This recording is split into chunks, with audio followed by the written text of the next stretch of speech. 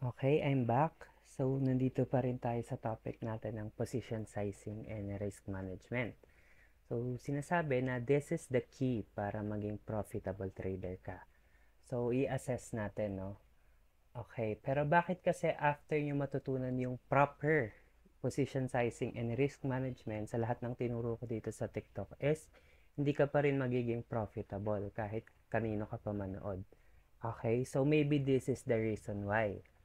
So, let's say ito yung calculation ng proper position sizing.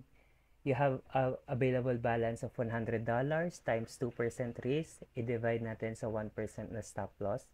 Then, meron kang risk reward na 1:2. Okay? Ibig sabihin, you will lose $2 to gain $4. Okay?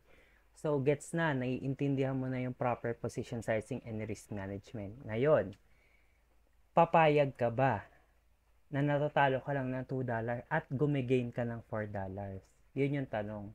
Hindi ka papayag. Bakit? Kasi masyadong maliit sa'yo yung $4. Nasanay ka kasi na yung $100 mo na margin or capital is minsan pini-50% mo siya or $50 agad or minsan all in. At yung kita mo dyan siguro minimum ng $20.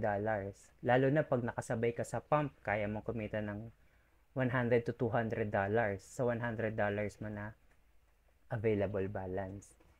So, from there, malalaman mo na mahihirapan ka kumita ng consistent $4 kasi nasanay ka dun dati sa maduming trading. Yung masyadong malaki yung minamargin mo and ang laki rin ng risk mo, tapos malaki yung potential gain mo. Pero hindi mo napapansin na yung losses mo is lumalaki rin. Okay? So, doon nagkakatalo, kahit matutunan mo yung position sizing and risk management, meron kasi tayong previously na nakasanayan.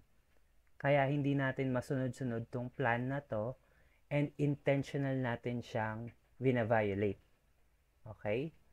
So, possible naman talaga na kumita ka sa ganong setup na kahit $20 nga lang in-all-in mo, kikita ka dyan ng 40, 50, okay? Possible naman talaga. Pero kayo rin naman nakakaalam sa sarili nyo kung okay sa inyo yung ganong setup, kung nagiging profitable kayo. Kasi kung hindi, sumunod ka muna dito sa plan na to. Tsaka ka na magkalat pag nasusunod mo na tong ganito. Okay? So, I hope may nagets kayo dito sa position sizing and risk management. No? Hindi porket natutunan nyo yan is magiging profitable kayo. Kasi it takes discipline para gawin mo yan daily and kada trade. Okay?